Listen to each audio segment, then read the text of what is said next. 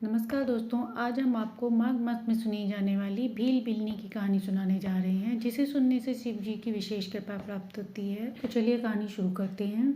एक समय की बात है, किसी गांव में एक भील बिलनी रहते थे। वो बहुत गरीब थे, लकड़ी बेचकर अपना परिवार का पेट पालते थे। उनका इस संसार में कोई नहीं था, ना ही उनके कोई संतान थी। वह दुनिया में एकदम अकेले थे। वह इतने गरीब थे कि एक समय खाना खा लेते तो पता नहीं होता था कि दूसरे समय उन्हें भोजन नसीब होगा भी कि नहीं। भील रोज जंगल से लकड़ी काट के लाता और भीलनी उसकी पत्नी रोज बाजार में जाके उन लकड़ियों को बेचकर आती। इसी तरह दोनों का समय व्यतीत हो रहा था। एक दिन की बात है, माघ का महीना आने वाला था और वहाँ पर कुछ औरतें माघ मास की स्नान की बातें आपस में कर रही थीं। तभी बिल्ली वहाँ पे पानी भरने गई और सबकी बातें सुनने लगी। जब उसने सुना तो उन औरतों से पूछने लगी कि माघ मास क्या होता है और इसमें स्नान करने का क्या फल होता है। उसे माघ मास के बारे में और इस महीने के बारे में कुछ भी पता नहीं था। वहीं कुएं के पास एक बूढ़ी औरत बैठी थी। उसने कहा, बेटा मैं तुम्हें बताती हूँ, यहाँ आके बैठो। अब उस बूढ़ी माँ ने उस बिल्ली को सारी बात बताई तो उसे ये सब सुन के बड़ा अच्छा लगा। अब उसने मन ही मन में ठान लिया कि चाहे कुछ भी हो जाए वह भी माघ स्नान करेगी। उसे भी लगता था कि अभी तक उसने कोई पूजा पाठ, कोई पुण्य धर्म का काम नहीं किया। जब उसने लास्ट में सुना कि माघ महीने के स्नान के बाद थोड़ा सा दान पुण्य करना होता है, तब वह थोड़ा सा सोचने लगी। अब वो सोचने लगी कि हमारे पास धन तो है नहीं, अब हम दान पुण्य कहाँ से करेंगे।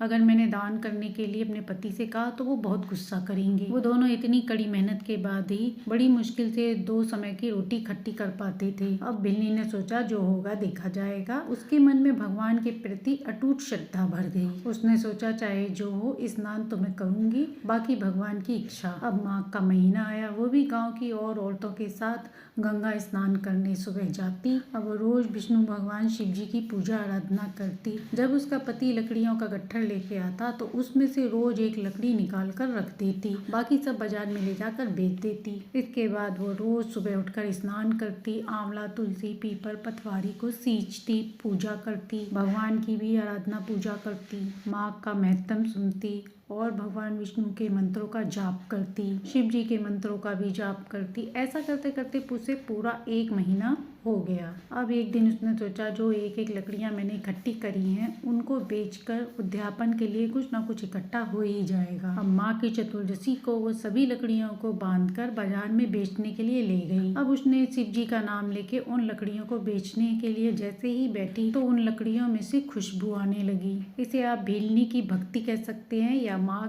का प्रभाव कह सकते हैं, जिससे वो लकड़ियां चंदन की हो गईं। तभी वहां थोड़ी देर में राजा के नगर की सवारी आ रही थी। अब भीलनी की चंदन की लकड़ियों की इतनी सुंदर खुशबू आ रही थी कि राजा से रहा ना गया। राजा ने जब लकड़ियां देखी तो उसने भीलनी से पूछा, इन लकड़ियों का क्या भाव है। भीलनी को तो कुछ पता ही नहीं था कि ये चंदन की बहुत महंगी लकड़ियां हैं। भीलनी ने कहा, महाराज जो देंगे वो मैं ले लूंगी। मेरे को तो 5 ब्राह्मण जिमाने हैं, यदि हो सके तो इतना दे दीजिए कि मैं 5 ब्राह्मणों को भोज करा सकूं।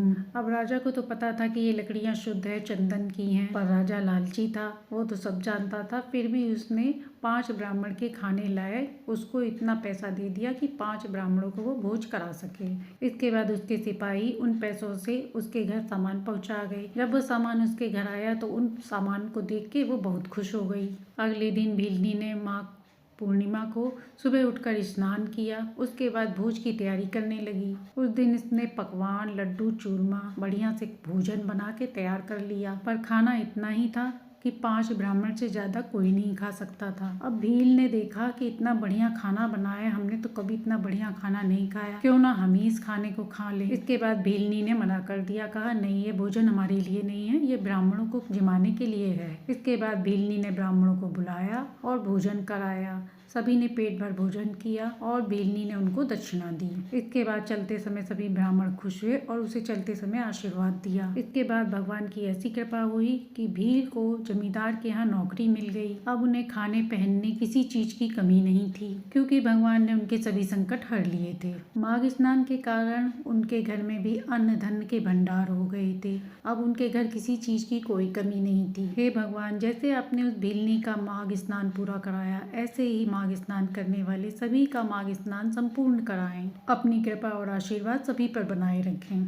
तो प्रेम से बोलिए माघ के ठाकुर जी की जय हो। माघ का ये महीना सभी की इच्छाओं को पूर्ण करने वाला है, सभी को सुख शांति व समृद्धि देने वाला है। तो ये थी माघ मास में सुनी जाने वाली कहानी, जिसे सुनने से शिव जी विष्णु जी की विशेष कृपा प्राप्त होती है। कहानी अच्छी लगी हो तो लाइक एंड सब्सक्राइब करें।